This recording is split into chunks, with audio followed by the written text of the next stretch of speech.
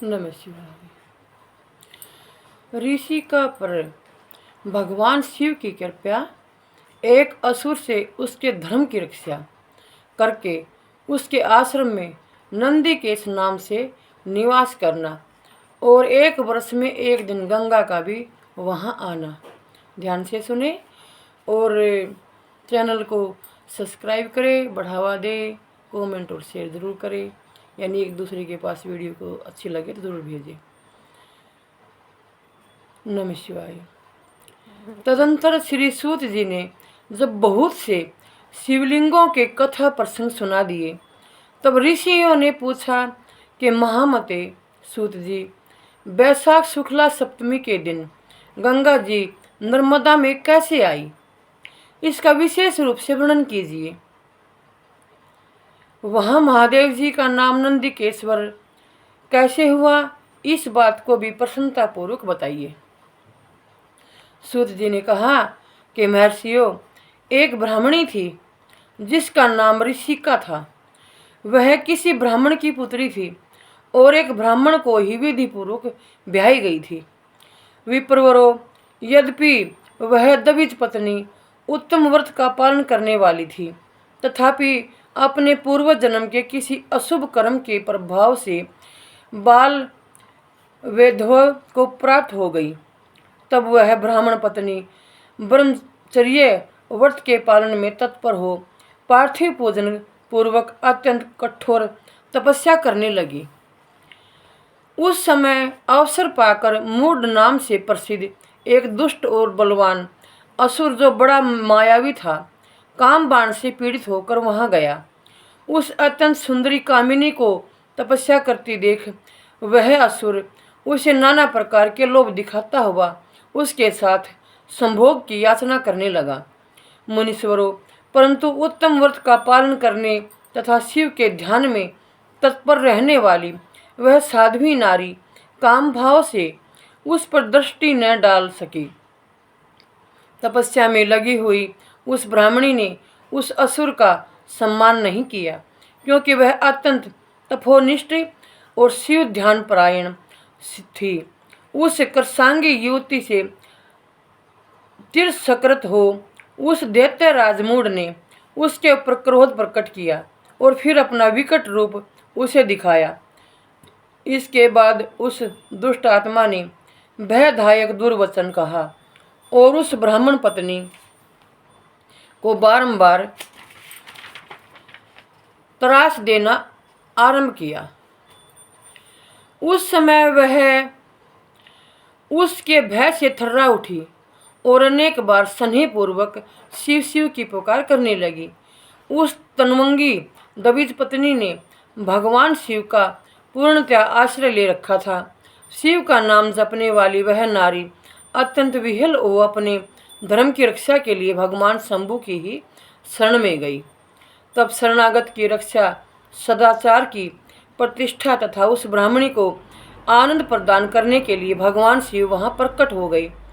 भगत वत्सल परमेश्वर शंकर ने उस काम विह्वल दैत्य राजमूढ़ को तत्काल भस्म कर दिया और ब्राह्मणी की ओर कृपया दृष्टि से देखकर भगत की रक्षा के लिए दत्त विचित हो गया। हो कहा कि वर मांगो। महेश्वर का यह वचन सुनकर उस साध्वी ब्राह्मण पत्नी ने उनके उस आनंदजनक मंगलमय स्वरूप का दर्शन किया।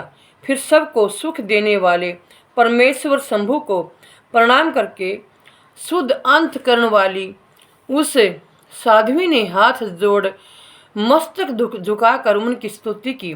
ऋषि का बोली, देव देव महादेव, शरणागत वत्सल, आप दीन बंधु हैं, भक्तों की सदा रक्षा करने वाले ईश्वर हैं। आपने मूढ़ नामक असुर से मेरे धर्म की रक्षा की है, क्योंकि आपके द्वारा यह दुष्ट असुर मारा गया। ऐसा करके आपने संपूर्ण जगत की रक्षा की है। अब आप मुझे अपने चरणों की परम उत्तम एवं अनन्य भक्ति प्रदान कीजिए। नाथ, यही मेरे लिए वर है, इससे अधिक और क्या हो सकता है। प्रभु महेश्वर, मेरी दूसरी प्रार्थना भी सुनिए। आप लोगों के उपकार के लिए यहाँ सदा स्थित रहिए। आप लोगों के उपकार के लिए यहाँ सदा स्थित रहिए। महादेव जी ने कहा, ऋषिके, तुम सदाचारणी और विशेषत मुझ में भक्ति रखने वाली हो। तुमने मुझसे जो जो वर मांगे हैं वे सब मैंने तुम्हें दे दिए। ब्राह्मणों, इसी बीच में श्री विष्णु और ब्रह्मा आदि देवता वहाँ भगवान शिव का आविर्भाव हुआ। जान हर्ष से भरे हुए आए और अत्यंत प्रेम पूर्वक शिव को प्रणाम करके उन सब ने उनका भली भांति पूजन किया। फिर शुद्ध हृदय से हाथ जोड़ मस्तक झुकाकर उनकी स्तुति भी की। इसी समय साध्वी देव नदी गंगा उस ऋषिका से उसके भाग्य की सराहना करती हुई प्रसन्नचित हो बोली। गंगा ने कहा, ऋषिके, वैशाख मास में एक दिन यहाँ रहने के लिए मुझे भी तुम्हें वचन देना चाहिए। उस दिन मैं भी इस तीर्थ में निवास करना चाहती हूँ।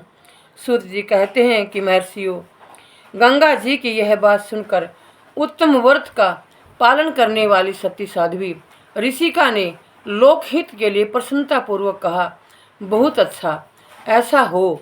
भगवान शिव ऋषिका को आनंद प्रदान करने के लिए अत्यंत प्रसन्न हो उस पार्थिव लिंग में अपने पूर्ण अंश से विलीन हो गई। यह देख सब देवता आनंद हो शिव और ऋषिका की प्रशंसा करने लगे और अपने अपने धाम को चले गए। उस दिन से नर्मदा का वह तीर्थ ऐसा उत्तम और पावन हो गया तथा संपूर्ण पापों का नाश करने वाले शिव वहाँ नंदी केश के नाम से विख्यात हुए। गंगा भी प्रतिवर्ष वैशाख मास की सप्तमी के दिन शुभ की इच्छा से अपने उस पाप को धोने के लिए वहाँ जाती है जो मनुष्यों से ग्रहण किया करती हैं। नमस्ते। देवादिदेव महादेव अपनी सभी भक्तों पर, अपने बच्चों पर, हम सब पर अपनी कृपया दृष्टि बनाए रखे और शिव कथाओं का गुणगान हर घर में होता रहे। शिव महापुराण से हर किसी ने लगाव हो और अपने उद्धार के लिए, अपने सुख के लिए शिव पुराण जरूर पढ़े, शिव कथाएं जरूर सुने और सुनाए। नमः शिवाय।